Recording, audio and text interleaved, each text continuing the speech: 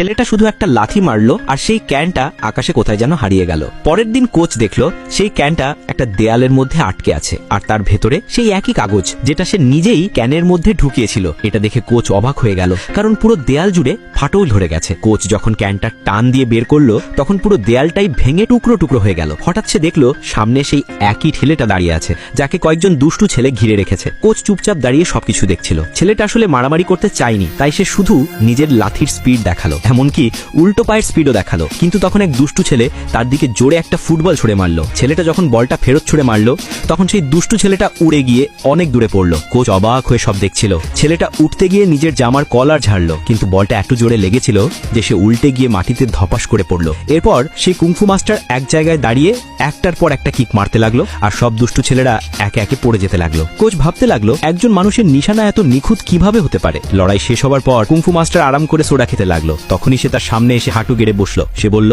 আমি তোমাকে ধনী বানাতে পারি, তোমাকে ট্রেন করব, তুমি একদিন ওয়ার্ল্ড কাপ জিতবে। কুংফু মাস্টার সঙ্গে সঙ্গে বলল, আমাকে এক্ষুনি ফুটবল শেখাও। কোচ বলল, আগামীকাল